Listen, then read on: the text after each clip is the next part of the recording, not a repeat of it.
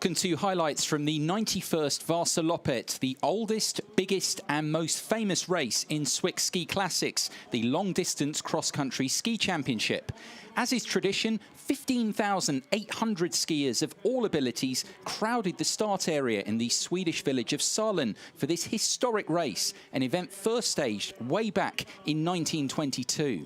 The 90-kilometre course is the longest cross-country ski race in the world. After starting in Salin, the competitors moved through the Swedish forests in the Dalarna region, with two more sprint competitions as well. Mångsbodarna at 24 kilometres and Eversberg at 47 kilometres. The second half of this fairly flat but ultra-demanding course sees the skiers make it all the way eventually to the village of Mora. It was a truly star-studded field. Overall leader Team Santander's Anders Auckland, joined by a raft of famous names, including Sweden's Johan Olsson and Daniel Rickardsson. While the women's lineup was just as good. Leader Katarina Smutner of Silvini Madsus, joined by Olympic champion Justina Kowalczyk. Joining myself, Guy McCree, in the commentary box for the race, former Swedish national team member Anna-Karin Strömstedt. These are the elites. Great to see the defending champion Johan Schjolstad, not of this event, but of Swiss Ski Classics. I mean, he's not realistically going to defend the yellow bib, having missed those races, but great to see him back, as you say, after that broken ankle, taking his place alongside so many others. This race is steeped in tradition. It is the peak of the Swiss Ski Classics calendar. It's arguably the peak of the year in long-distance skiing overall. It's the one that everyone wants to win, and it presents an opportunity for these elite men to add their name to what is an illustrious roll of honour. If you think of Maura Nielsen, who's not with us now, the overall winner, 9 race wins heading the way, but the likes of Jürgen Brink and Daniel Tonell is not here today. They've won it 3 times before. Oscar Svard as well, the team director of Team Coop. It is definitely the crown jewel in this calendar. And we are almost set and ready to go for the start. It is a combined start. We will keep you posted, of course, on the elite women.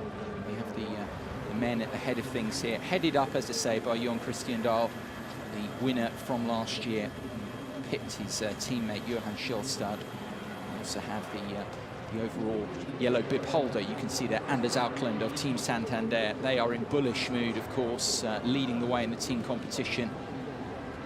Their skiers as well have been in fine form in the races they've taken part in the run-up to this Vasaloppet. They're away then. The 91st edition of this famous old race, the Vasaloppet, which was first staged back in 1922.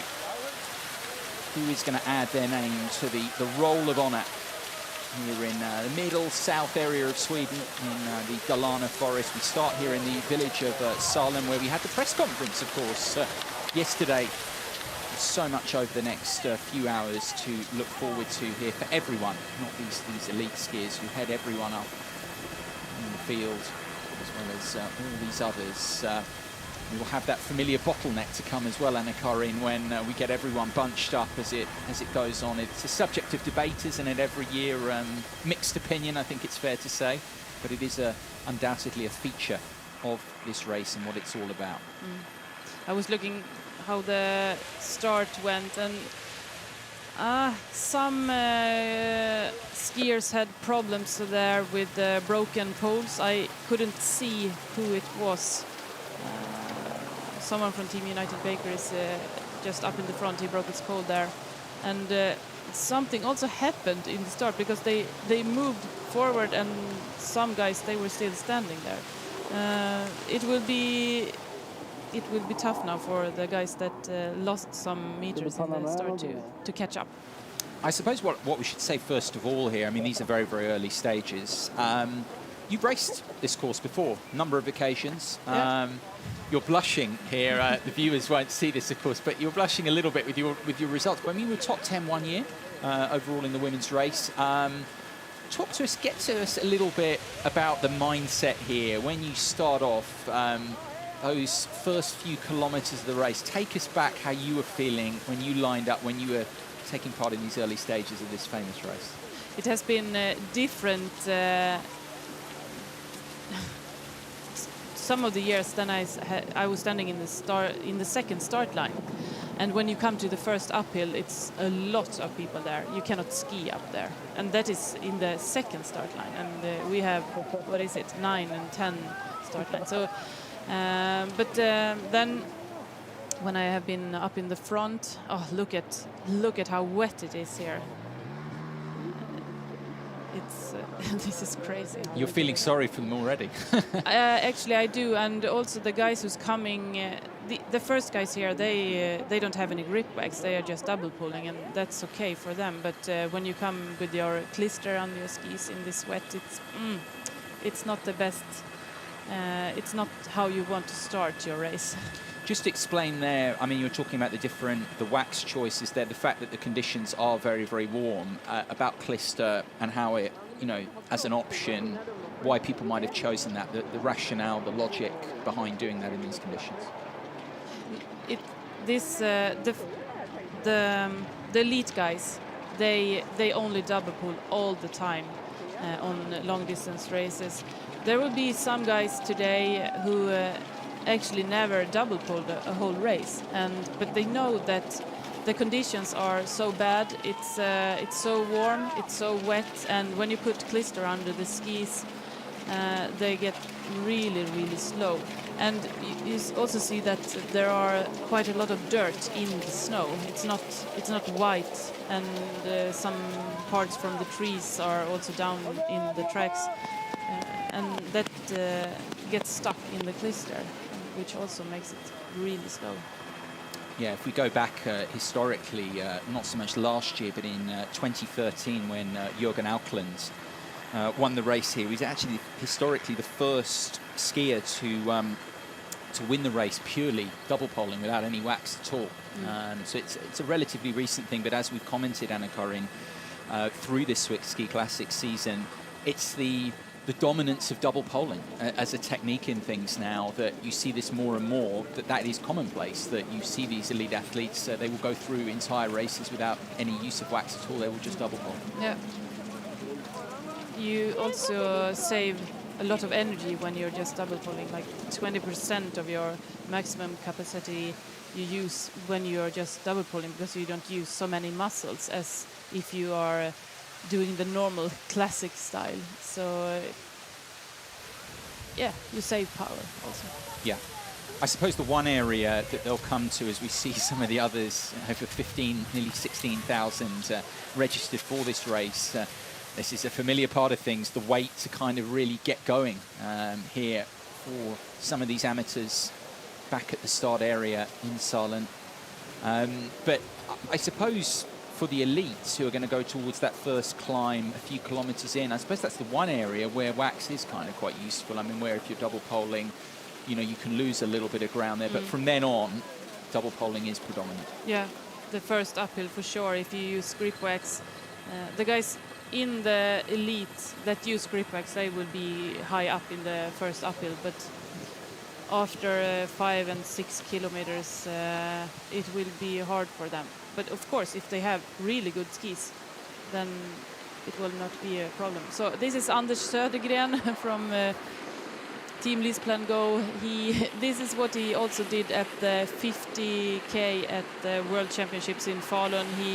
He was in the lead for a long time in the race, and interesting to see what his tactic is. He is also going with grip backs today, so for sure he will be fast in the first uphill here. Raw. Yeah, this is basically what it looks like at the region where we are now. Anders Nygaard, he is definitely trying to catch some sprint points now when we're going to Mångsbodarna, where the first sprint is. Yeah, he's making a move here, the Team Santander man. Yes, how easily he also passed Anders Södergren there. I don't know why Anders didn't try to catch him or to follow him. So the first sprint points. Indeed. The first significant action in this year's Vasaloppet for the Swiss Ski Classics. This very tight battle that we have for the green sprint bib, currently held here by Øystein Pettersen of Team United Bakeries, but he has just a 20-point advantage over Andreas Nergaard of Team Santander. And Nergaard, as we've seen, making his break, making his move, trying to get those maximum number of points and trying to hit the front. The first of these 2 sprint checkpoints. We have the one later on at Ebersberg at 47 kilometers, but at the moment, Andreas Nergaard looks like he's going to take the points through here. Yeah, he just confirms it. A little pump of the fist from the man from Team Santander. That's job done, first of all, for them. That's what they would have wanted. He comes through and gets the maximum points overall. Will it be enough for him to take the overall lead in the live standings? He was 20 points behind Pettersen. Jari Alin gets a second spot, and we can see Pettersen a little bit back there, so he is actually there only in 5th. So by the live standings, he actually drops overall into 2nd, because he was only 20 points behind, 20 points ahead of Nergaard. So Andreas Nergaard takes over the green sprint, but he can't physically take it over from Pettersen.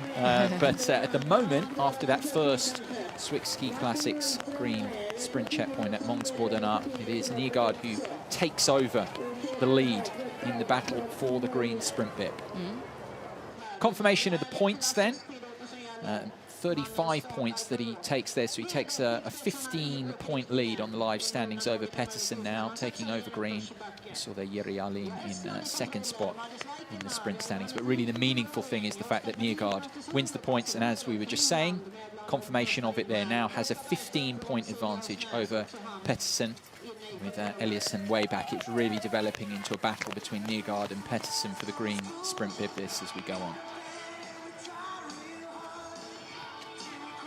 Here comes Britta Johansson Norgren just in front of Seraina Bonner in Mångsbodarna. Yeah, still Norgren and Bonner leading the way. There isn't a green sprint bib, for those of you unaware. There isn't one for the women, but it's our next checkpoint. 23, 24 kilometers almost here at Mångsbodarna. And Norgren, who was one of the pre-race favourites, in very good form, very consistent, winning at the Koenig.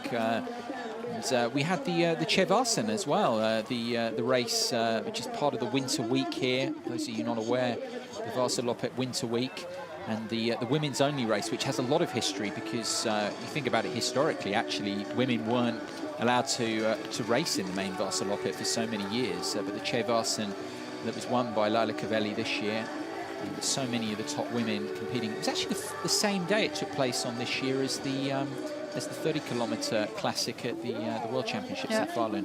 And here is Laila Cavelli also. Looks like she has someone who is skiing in front of her from Team Santander to get a little help. Nergaard leading the way through the first green sprint checkpoints, just ahead of Jari Alin. Anders Aukland in 3rd spot. And then we see Øystein Pettersen just getting the 5 points in 5th overall there. And then some of the others who are still right in contention at the moment, the likes of Tord Jedalen of Team Santander, so Arne Post as well of Team United Bakeries, who's been doing well. They've been talking highly about him, that he's in good touch at the moment. And then we have some of the others here. Oskar Svard, the team director of Team Coop, the 3-time former winner of the Vasaloppet, 1:18 back. He loves this course. And you wouldn't rule him out either. You know, just being 1:18 back, he knows how to win it. He knows how to commit, and that's a big quality to have. It is. Here in Vasaloppet, you need to know how the course is and how your body reacts during the different parts of the race, and he knows this for sure.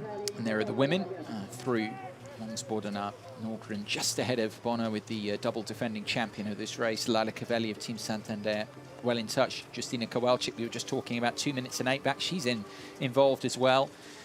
But Masako Ishida has made up a bit of time. There, she's 2:39 back, the woman from United Bakeries. Nergaard now, as we've seen, in front of these skidoos behind and everything, chasing him. But you can see the chasing pack still right in touch. You know, not going to get anyone realistically leading from this stage and staying out in front for too long. He is through Riesberg. How far behind are the chasing pack? They made a bit of ground up actually over the last kilometre or two. They were a bit further back than that just before. What is the official timing through 34.3 kilometres? Niergaard still leading the way as he did through Mons Bordenat. And Anders Auckland, the yellow bib holder, just 24.7 seconds back. Anders Host a little bit just behind him. From Christian Dahl, the defending champion at this race, he is now just 27 seconds back. Johan Scholster putting together a good race actually. Anna Karin, the defending yellow bib holder, but back again from the broken ankle just before the Jezerska first race back. I mean, he's doing a good job here at the moment. Very good job. When we were at Jezerska, then we said, oh, his season is over. He's not going to do any more races. But his recovery has been really good, and he's skiing with a boot who's helping him a little bit. He needs to be stable because his muscles around his foot is not good at all. But his shape is really good. I mean, you shouldn't actually be able to be up here in the front when you broke your foot. It's pretty unbelievable. I mean, 34.3 kilometres in, because we come back again. I mean, we both know, we talked a lot to Henrik Kvissel at United Bakeries, and I mean, he said, I saw Johan's name on the provisional start list, and I emailed him and I said, this is some mistake, surely. I mean, he's out for the season. I mean, he broke his ankle, early January. He can't possibly be back. And he just said, no, it's on. I mean, we take it day by day with the rehab. We're not sure, but obviously he wants to race because it's the Vasaloppet. Yeah. And he wants to come back. I mean, he realised he's not going to defend the bib, but he still wants to come back for this race. I still couldn't believe it. I thought it was one of those, maybe he was on the start list and then he would, withdraw just before he decided, I'm not ready for this. But it's an incredible effort overall to be there. Overall, and to be in the shake-up as well. I mean, he's half a minute back from Andreas Niergaard at the moment with, we are now over a third of the race gone. It's an incredible effort. Interesting to see whether he can keep it going.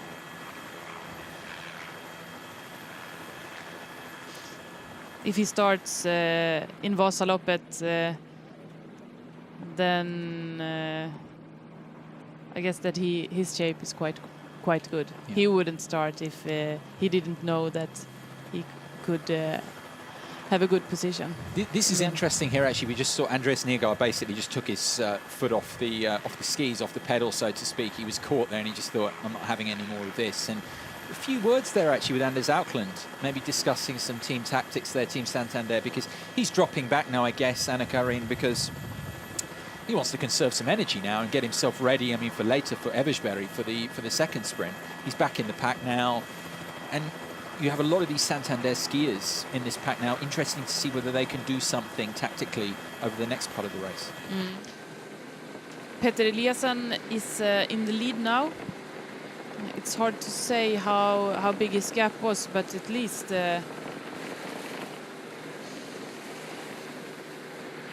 he's doing it. He's doing his thing again, isn't he? I mean, that's what we've seen through the year from him.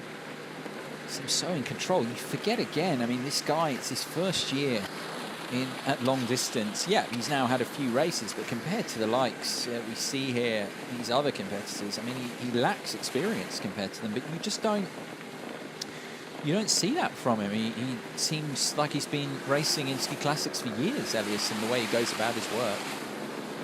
Simon Ostensen there, still riding Volsos. Austin Pettersson is putting together a good race. From Team United Bakeries, had that win, I think back memorably to La Diagonella. I was there in Youngerdin Valley, and the 1-2 that they had with Masako Ishida, who won her first ski classic stage as well there. Team United Bakeries 1-2. Pedersen's right there, so as well. Salvini Madsus representation. A lot of the big names that you'd expect, the long distance specialists. A lot of the talk ahead of this race was about the big names who were going to come in. We didn't have Johan Olsen eventually, but you talk about the World Championship guys. But I think a few of the team directors were saying, yeah, it's lovely to have them in the race, but can they really, particularly over 90 kilometers, can they go up against these long distance specialists? And I think what we're seeing is the long distance guys who do it all the time have a bit more experience. Now going up to Mångsbodarna. No, sorry, Evertsberg. We're long past Mångsbodarna. Yeah, it's a little uphill here up to Evertsberg, and we will have our second sprint now. So Øystein Pettersen is there. Well, he's right in there. He wants to, obviously, he's wearing the green bib at the moment. He'd like to be holding on to it in the presentation afterwards. At the moment, he won't be. He'll be handing it over to Andreas Nergård, but he lost 35 points overall at that first stage at Mångsbodarna, so he's 15 behind, but clearly it's retrievable. The 40 points on offer to the winner of this stage. Coming up to the second Swiss Ski Classic sprint stage, it's a familiar figure who's going to take the maximum points here. He's done this so many times over the years, and it is Stanislav Rezac, the former yellow bib winner, who takes the sprint points. Gustav Eriksson, you mentioned, is 2 seconds back. Anders Auckland in third. Pettersen there, getting a few points. Is it quite enough, though, to take back green? Because he was 15 points behind Nergård, who hasn't got any points there. We just get the confirmation of the standings. I'm not sure it's quite enough.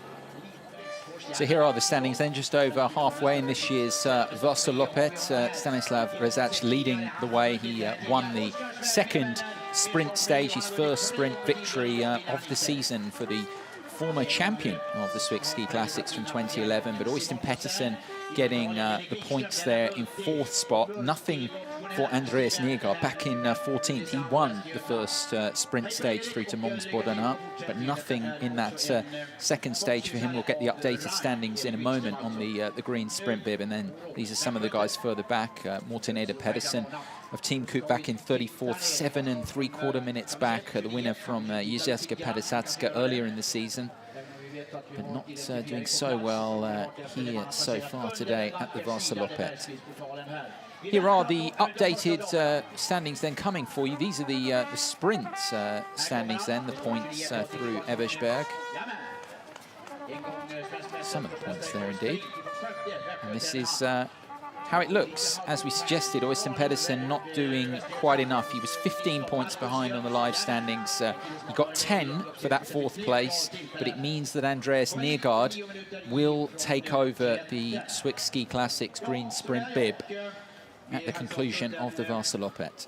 Justyna Kowalczyk, we just see there. I know you're very impressed. I mean, we know all about her career and everything, but to come into the Vasaloppet, especially with the amount of skiing that she's done recently, but to come into a race like this and put in a performance that she's putting in at the moment. So the newly signed Russian marathon team athlete, the Pole, Kowalczyk, she is impressing, but she's done that so much, of course, through her career. I mean, if you think what she's had to do on the World Cup circuit, who she's had to deal with, Marit Bjørgen and Therese Johaug and all these others and everything, and to deal with them provides good preparation for this as well. And she's strong. You see that she passed all the guys that is next to her. Kowalczyk, she's in a good mood now, and she's pushing really hard. The guys who's next to her, they cannot follow. Yeah, she's like, see you, good night. That's she took a little help there. 32 years old now, actually, Kowalczyk, the Pole. And it looks like she is almost 1 minute ahead of Britta Johansson Norgren, and 1.5 minutes ahead of Laila Kveli. Not really sure where is Raina Bonre, but it looks like she is in 4th place right now. How's Katarina Smutner doing? Well, it's some more minutes after, two more minutes. So not a good day for Katarina Smutner. Yeah, I didn't expect it personally. I mean, I maybe suggested that at the outset when we were both talking about the women's race last night. And actually, it's funny talking even to Silvini Matsus, to the team. they didn't seem that confident about this race with her. They just thought it was a bit too long over all the conditions. Not so much it's a flat course. They thought she could deal with that. They just thought the course, just as it is for so many people, they just thought it was a bit too long for her. Where, you know, they've got access to information, obviously. This lead group, actually, again, I look at the. I keep going back to the split timings, Anna Karina. I hope I'm not boring you, but I like to look at last year and compare how things are going. And at Hökberg, Björke was again leading, but they are 3 or 4 minutes ahead now of last year's timing. So, you know, from being being more or less the same, they are now 3 or 4 minutes ahead of where they were last year. But again, I mean, Jon Christian Dahl, we talked about him being 32 seconds back at this point. He was 1 minute 37 seconds back last year.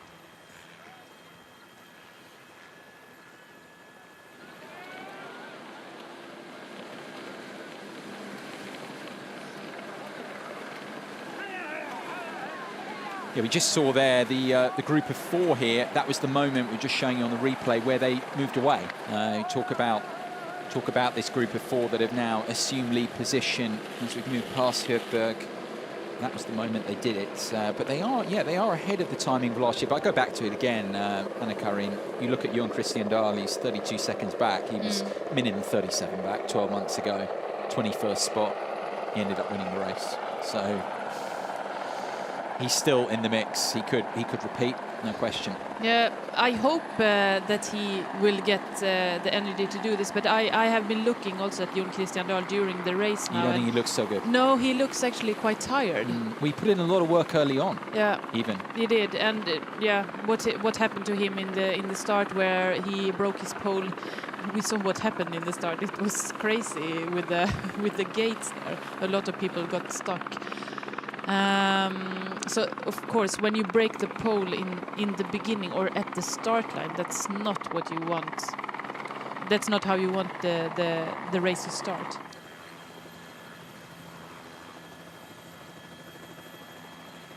Yeah, no, losing, this is, as you point out, it's a significant period perhaps in the race here. 11.5 kilometers to go. Øystein Pettersen losing track from this group of 3, even now, Anders Alkland and Stanislav Rozat, Petter Atlissen trying to keep with them. Yeah, significant period of the race. Thanks very much, David, for joining us. It promises to be a very, very exciting conclusion to this race. Which man is going to win this? It's going to come from one of these 3, but who will it be? Will it be the man who currently holds the yellow Swiss Ski Classics overall leaders bib, Anders Alkland, or will it be Stanislav Rozat? That would be quite a story. He's come so close in the past, the champion from 2011 overall, but he's never won the Vasaloppet. Or will it be the new star this year of Swiss Ski Classics, Petter Eliasson, who won the König Ludwig Lauf? Is he going to make it back-to-back wins here? You don't rule it out. Any one of these 3, with just 5 kilometers to go, can win the biggest race in the sport. Anders Alkland is trying all the time to increase the speed, but it's impossible to get a gap from the other guys. They are responding him all the time. Now Petter Eliasson is up again, doing the work that he have done so many times during the race. Heading right into Mora now, under 5 kilometers to go. Of course, Mora, the home of the Vasaloppet organisation, where we are, where the main press centre is, and the hub of the administration as well. That's where they're heading towards, and it is the finish line. They'll soon be heading up. You've pointed out some of the key points, but they'll soon, not too far away from being in Mora Park, which is really at the end of the race. The name Mora itself assumed to derive from the old Swedish word mor. Yeah, I also read about that. Yeah. I don't actually know what it is. Yeah, it's meant to, but that's meant to mean thick forest with high humidity. And you've said already that it's a lot more, the temperatures can be a lot different here, where we are, where they're coming to from where they were, for instance, in Salem at the start of the race. Yeah. Massive difference between them. But yeah, it's always been the finish point for this famous race.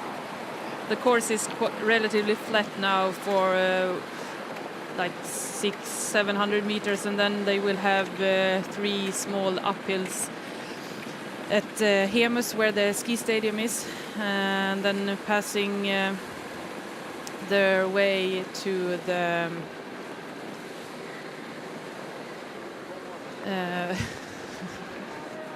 to the camping. Yeah, to Morarparken. Yeah. It's looking like a sprint finish, to be honest. Here is confirmation of Petter Eliasson's incredible first season in Swiss Ski Classics. Well, we talked about these results already, culminating in the win in southern Germany, that sprint finish with Tore Bielset Berdal, the photo finish to win the König Ludwig Lauf. And you asked questions of him. We said 30 kilometers to go. This is new territory again to race a 90-kilometer race. And this guy he answers you every time. And he's there again. And he's putting real pressure here on Auckland. You look at the 50-point differential between them in the yellow bib, not just the chance to win the Vasaloppet here. Of course, 200 Swiss Ski Classics points on offer to the winner of the Vasaloppet, winner of any Swiss Ski Classics race, 170 to second place. So this is massive. These next few minutes are going to get a time of around 4 hours, as we thought. Conditions have not been easy for anyone, at least these elites. They are in the final stages now of the 91st Vasaloppet, and it is going to look like it's going to be honest, a very, very tight finish between these three. Can't see a lot of this changing before they come right down to us, where our commentary position is, where everyone, I can tell you, is stationed. It's absolutely packed as it is every year. This is the standout occasion, not just in Swiss Ski Classics, but one of the occasions in skiing, full stop. This race put on a wonderful event, and they are not far away from us now. Just over 3.5 kilometers to go. Here's one of the uphills when they are reaching Hemus. Petter Eliasson, he's trying to get a little gap in front of Anders Aukland. And it looks like he has at least 5 meters, but I guess they will catch him in the downhill. It's so hard to get a gap. Yeah. You highlighted that as an area maybe, but I mean realistically at this stage it's not going to be more. It's a second or two, it's not a lot.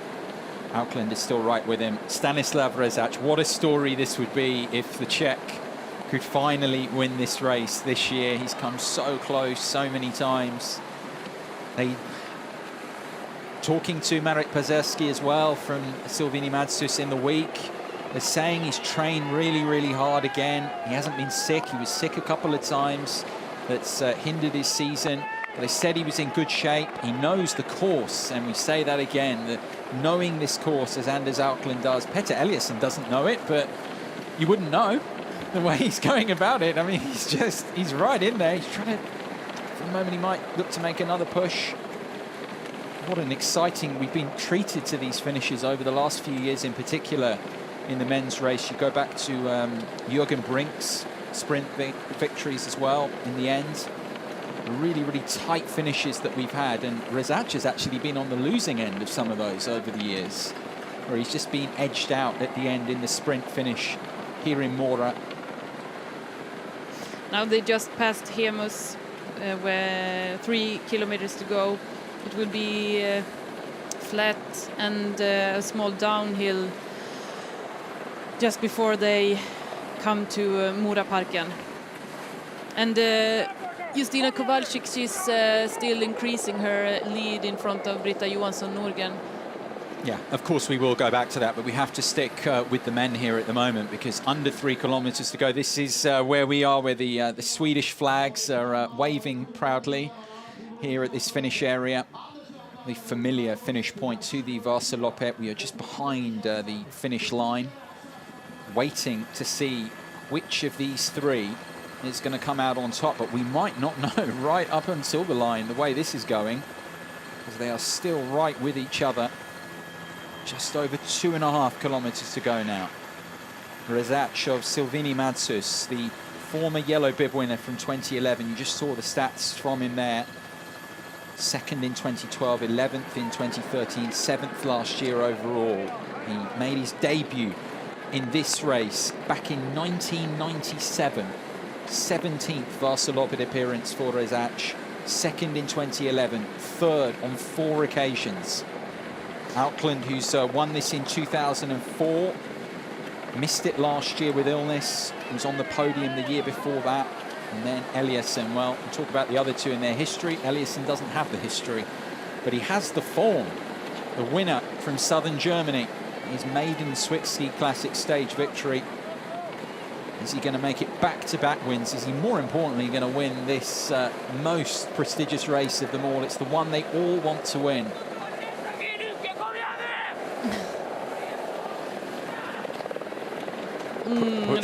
He's pushing hard to follow Eliasson and Aukland. They passed the last uphill before the finish. It's going to be a small uphill just before they come into the finish, but now it's only flat skiing the last 2 kilometers to the finish line. Indeed it is. I was walking around this area last night around here in Muraparken and all of this, and this is well, the familiar ending to the race. This is a part where they had a big crash a couple of years ago with I don't know how many people, around 15 people, who crashed just under the bridge here just before Muraparken. And Dane Tunnel was one of the guys who crashed there. No accidents for the leading 3 through there this time as they get up towards the caravan site, Muraparken. Really not long to go now. Of course, we build towards looking down the finish straight with the tunnel that was removed, the pedestrian tunnel this year. More on that in a moment when it comes into view.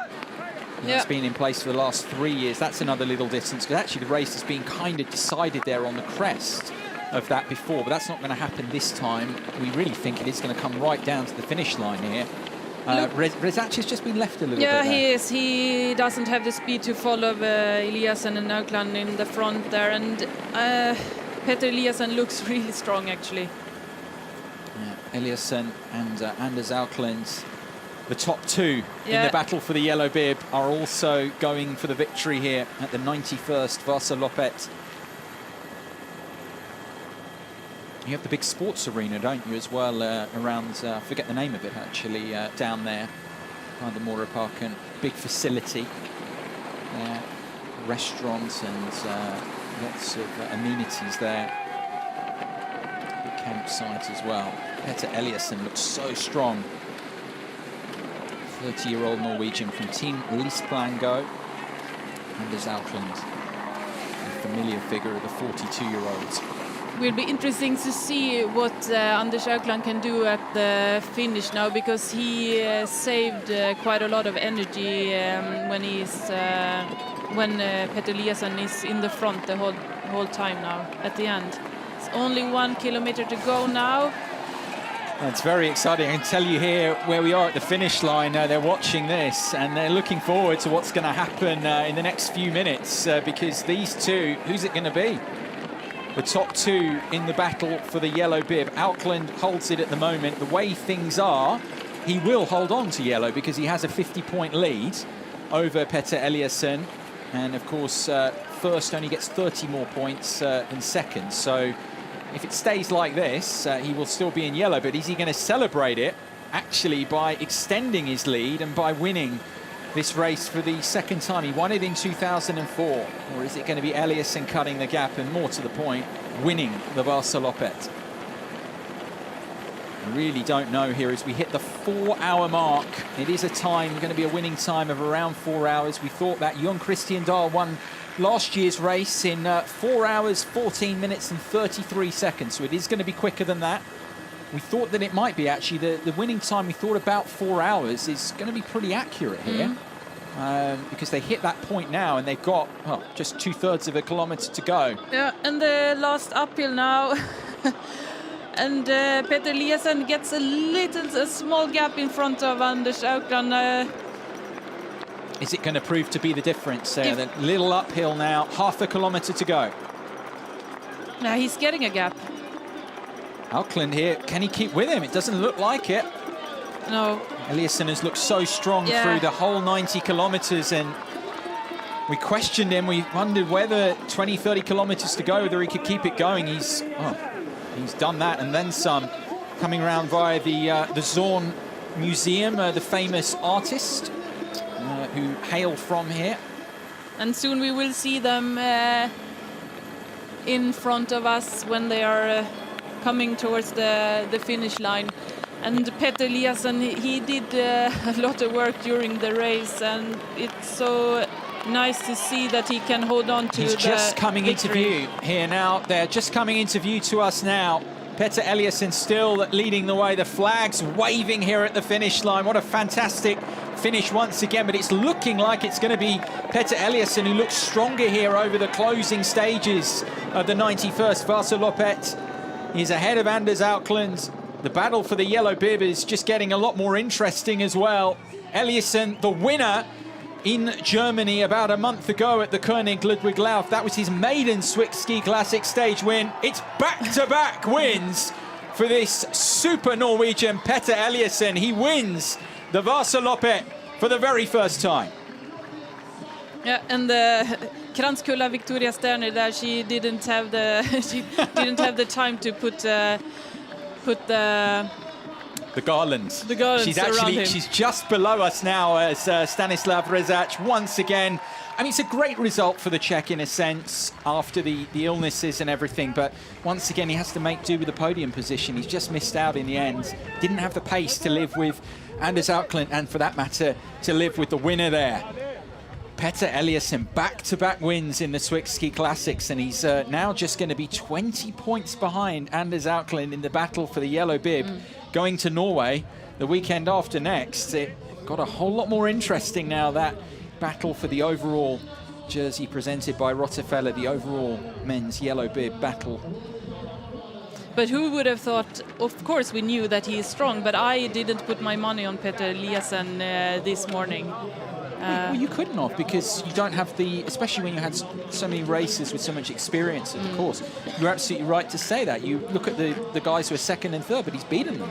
And meanwhile, Øystein Pedersen, this has turned out to be a bit of a disappointment again, especially when you think 11.5 kilometers ago he was up with those three, but he's now a distant fourth position. So he was third in the overall standings. He's going to lose the green sprint bib, Øystein Pedersen, to Andreas Niergaard of Team Santander in the presentation to follow. And he's also going to lose ground to both Petter Eliassen and to Anders Auckland, who are posing for the pictures with Stanislav Rezac. That's your podium at the Vasaloppet in the men's race for 2015.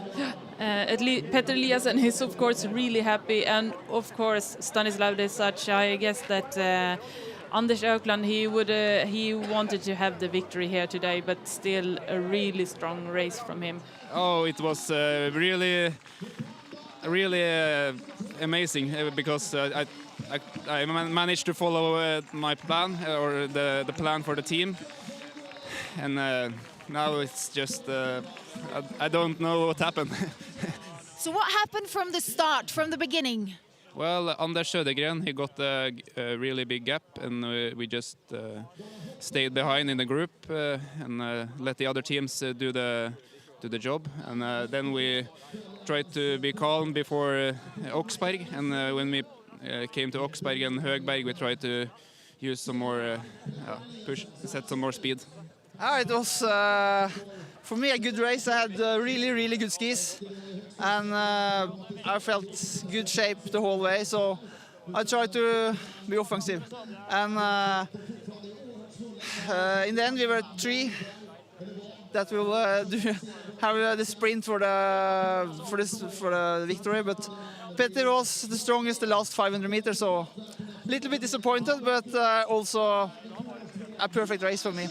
So what happened at the start today in Sälen? It was some problem with the gate, so it didn't went up. So I had some 100 people pushing from behind, so my pole broke. But we had a good service, so I could catch up with the leading group. Today very difficult race, the field water. I'm happy. Good race. I am very strong today. I am happy. Anders and Petter was very strong today. Yeah, Anders 5 kilometers, good tempo, very hard. He's stark. Good, fine. How was your skis? Skis is good. He helped from Scandinavian service today. Fine, good skis. Justina Kowalczyk, she's smiling, and now she gets the big applause from the audience here in Mora when she's turning into towards the finish here. She will just come into view for us. For those of you see how far our commentary position goes, just here you see the man in the blue outfit there. That's where we just start to see them come into view from our commentary positions. He's coming round there now. She's just having a look round. I don't know why, because Britta Janssen, Nordgren and the rest, they're not in shot. They're way back at the moment. This has been a destruction job from Justina Kowalczyk, who's achieved so much in her career. 2 Olympic gold medals, 2 World Championship golds. Such an amazing career that this Polish athlete has had, this 32-year-old. But this is another stamp on it here that she's putting on here at the Vasaloppet to win the most prestigious race in the long distance game. And 43, I think it's 43 World Cup victories. That's quite a lot. Yeah, as well. 4 Tour de Ski titles, as I say, double World Championship gold medalist from 2009. Winner of gold medals at both the 2010 Vancouver Olympics and at Sochi last year. She's receiving the garland now, the winner's garland from Victor Gustafsson, the Kransmass. Justina Kowalczyk is the winner of the Vasaloppet women's race on her debut. It's a debut to remember for this super talented Pole. For all that she's achieved in her illustrious career, we were running through the key parts of her resume. This will still be incredibly sweet because talk to any professional skier, they know what this race is about and they'd love to win it, and so few get the chance to do that, and Kowalczyk adding her name to the prestigious honour roll here at the Vasaloppet. Janssen Nordgren now just coming through the final 100 metres to us and to our commentary position.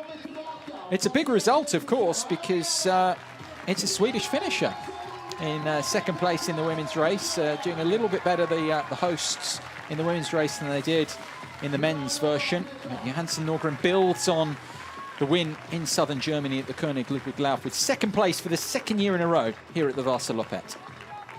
Back on the podium here, at the very least, Sorina Bonner. Coming through now, the defending champion. 3-time Swiss Ski Classics yellow bib winner, of course. 2011, 2013 and last year. The only year she didn't win was actually 2012. Third place for the defending champion Sorina Bonner. So was it like a dream came true today? Yeah, it's something like that. After the trouble in the start, I was fighting really good, and this 90K, oh my God, it's something big. You were about 3 minutes behind after 11, 15 kilometers. Did something happen at the start? Yes, directly after the start, I broke my pulse, and I was waiting for the track with the lot of people. I think I was number 8,000 or something, and then I was trying to skiing better and better somewhere in the forest. Yeah, this was a very fantastic race. It's a good race. I'm satisfied, but I had my up and downs. You had the lead part of the race, but then Kowalczyk came behind. Yeah, she was really strong, and I was really tired for after Riesberg there. So it was hard for me when first Sorina and then Kowalczyk and Laila came. So that's yeah. But the conditions today, was it quite wet in the track? Yeah, it's been wet and it's hard, but I think it's the track is nice, so they have done a really good job. So, confirmation of the results from the 91st Vasaloppet, a Swiss Ski Classics debut win for Justina Kowalczyk of the Russian marathon team. Well over 4 minutes clear of Britta Janssen Nordgren, with Sorina Bonner even further behind. While in the men's race, Petter Eliasson of Team Leaseplan Go makes it back-to-back Swiss Ski Classic stage wins. Team Santander's Anders Auckland just behind in second, while Stanislav Rezac once again fell just short at the Vasaloppet. It's turning into an incredible debut season in Swiss Ski Classics for Eliasson. 2 stage wins now, and the Norwegian also hasn't finished lower than 7th in any of his races this season. While Kowalczyk was understandably just as happy after winning both Olympic and World Championship golds, this Vasaloppet victory another milestone in the Polish skier's incredible career. Eliasson's latest success means that he now trails Auckland by only 20 points in the battle for the overall champion men's bib presented by Rotafella. Katarina Smutner still leads the women's standings. Despite a disappointing result in Vasaloppet by her high standards, she still has a healthy advantage over defending champion Sarina Bonner with just 2 races left. So, all to ski for as the Swiss Ski Classics competitions continue. The next race is the penultimate one, the Birkebeiner Rennet in Norway on Saturday, March the 21st. For now, from the whole team here in Sweden, it's goodbye for now.